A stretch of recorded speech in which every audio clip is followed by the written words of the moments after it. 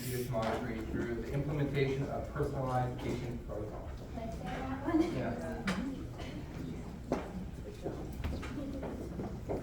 There's actually a prize for the longest title.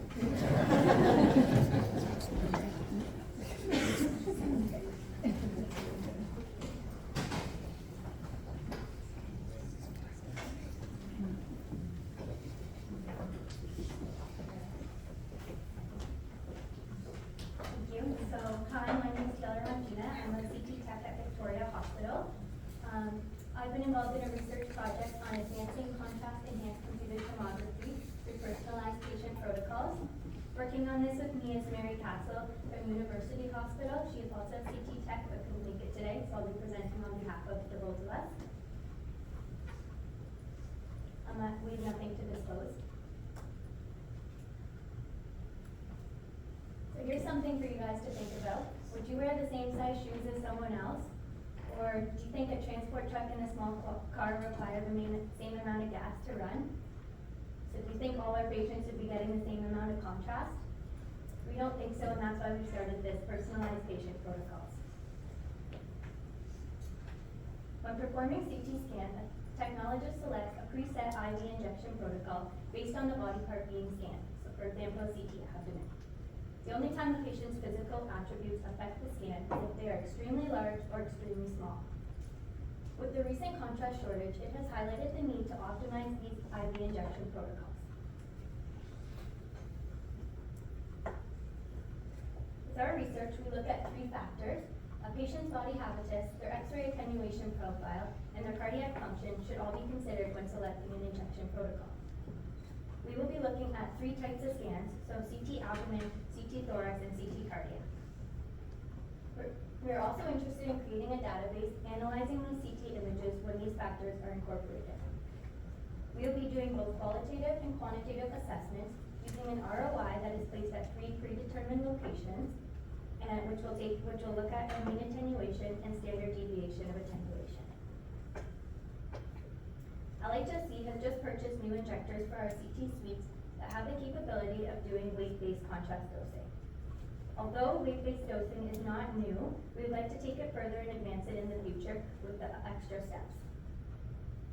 One way to do this would be taking a patient's height, their BMI, or their attenuation coefficient from a scout or scanogram taken before the scan.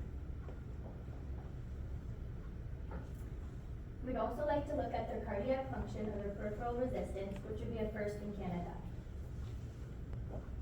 Also looking at reducing their KVP and how that would affect the contrast needed. Some sites have looked at reducing the KVP, and the amount of contrast needed could potentially reduce by 10%.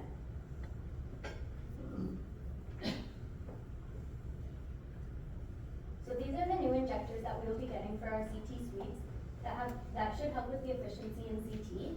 They will also help us with our weight-based dosing using Bayer Smart protocols, which we hope to expand on in the future. Some of their advantages are they're able to self-prime and auto-load. The syringes only have to be changed every 24 hours instead of every 12. And they're a mobile unit with the ability to control features in the room on the display console right while you're with your patient. Being a mobile unit, it's able to be moved around the room wherever you may need it.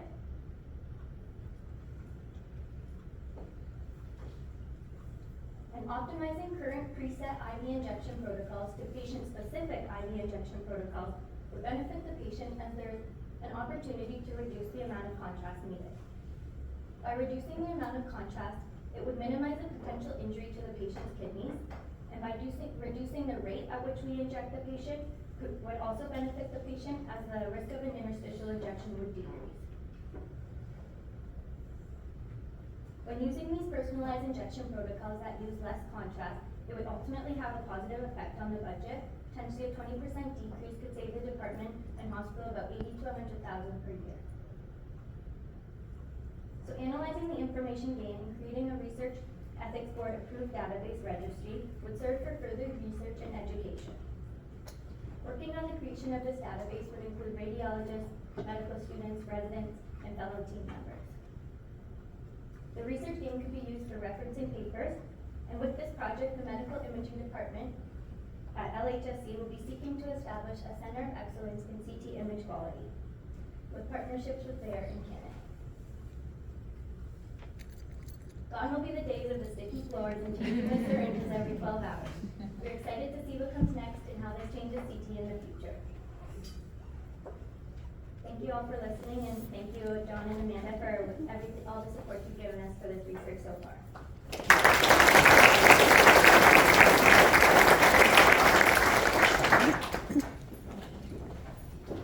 Any questions? I'm not an X-ray tech, obviously, but Yeah. just one question, do you consider the creatinine in any population? Yeah, so that will have to be considered for sure with all of this.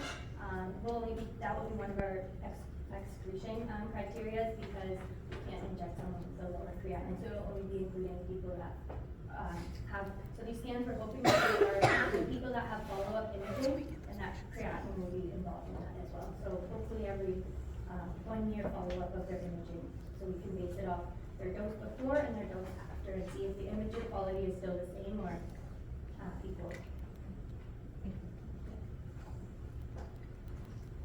That was a great presentation, thank you, and a great illustration of how you see a problem, and you apply research methodology to fix it, so that's awesome. I just wanted to know, the 80 to 100,000 might seem trivial, but it's not. That's a big deal. Yeah. But if you imagine if that was implemented on a scale across the country, Mm-hmm. you know, imagine what the reduction in cost would be then, you know, so hugely impactful work potentially. So, great stuff. Are we just looking at adults right now, or would it work in pediatrics as well? We're going to start with, for our research right now, just looking at adults. Maybe in the future when we have the research more planned out, we can move it into pediatrics. We kind of do weight-based as is for pediatrics already, but we can furtherize that when we kind of finalize with adults first, and then move it on from there. We're trying to make this LHSC-wide, so Vic is mostly the pediatric center, so working with adults, we can at least do it at both organizations. So we're gonna try to make it citywide, right? Yeah, So citywide. just the pub, yeah, because they're too busy buying new machines. But fantastic project, Taylor. Partners, Josh and Jen, sell us our overpriced equipment, but it's we're really looking forward to showing them how it should work, right? So that's the thing that Taylor and Mary are going to do in that conference. And as John pointed out, this is not just, by the way, that money, Tammy, you're not getting it back. We're reinvesting in the department. But this is the sort of thing where you text no. You see a patient, you say, this is way too much contrast, right?